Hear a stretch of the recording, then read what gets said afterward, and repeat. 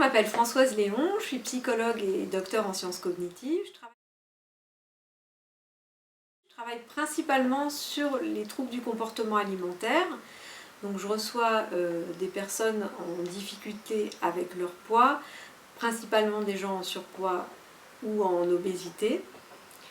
Et je travaille avec ces personnes pour arriver à dépasser certaines peurs, certaines pensées négatives, afin d'harmoniser un peu le comportement alimentaire. J'accueille des enfants comme des adolescents, j'accueille également des adultes, toutes les personnes qui ont des difficultés avec leur comportement alimentaire. Ça fait environ 25 ans, mais ça fait qu'une quinzaine d'années que je travaille en tant que psychothérapeute pour les problèmes de troubles du comportement alimentaire.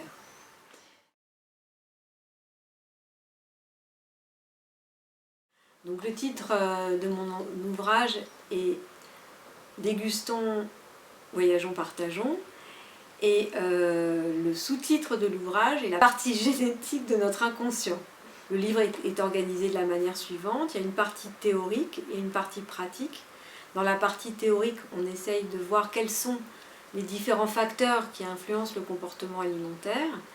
Donc les facteurs physiologiques, les facteurs psychologiques, la mémoire inconsciente transgénérationnelle.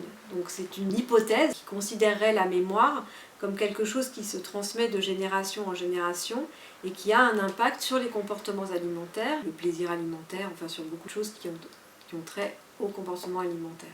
Dans la partie pratique, je présente les deux cas, ces deux personnages fictifs, Madame J et Monsieur K, et je présente la manière dont la thérapie se déroule avec eux. C'est des personnes qui viennent me voir parce qu'ils considèrent qu'ils mangent trop et ils sont en difficulté avec leur comportement alimentaire. A priori, on aurait tendance à penser que le comportement alimentaire est un acte simple, un acte banal.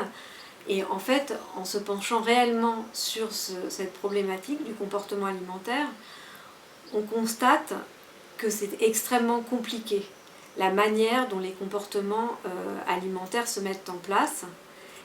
Et cette complexité qui m'intéresse, dans mon approche, je citais tout à l'heure le fait que je travaille beaucoup sur l'écoute des sensations alimentaires qu'on ne peut pas avoir avec les régimes. C'est-à-dire que quand on écoute les sensations alimentaires, on écoute son corps. Alors que dans les régimes, on écoute des règles qui sont extérieures. Donc il y a une incompatibilité.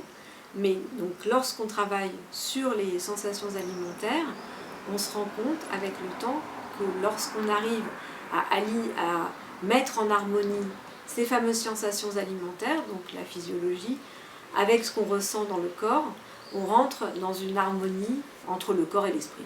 Donc l'objectif est finalement de mettre en adéquation les sensations alimentaires du patient et sa prise alimentaire.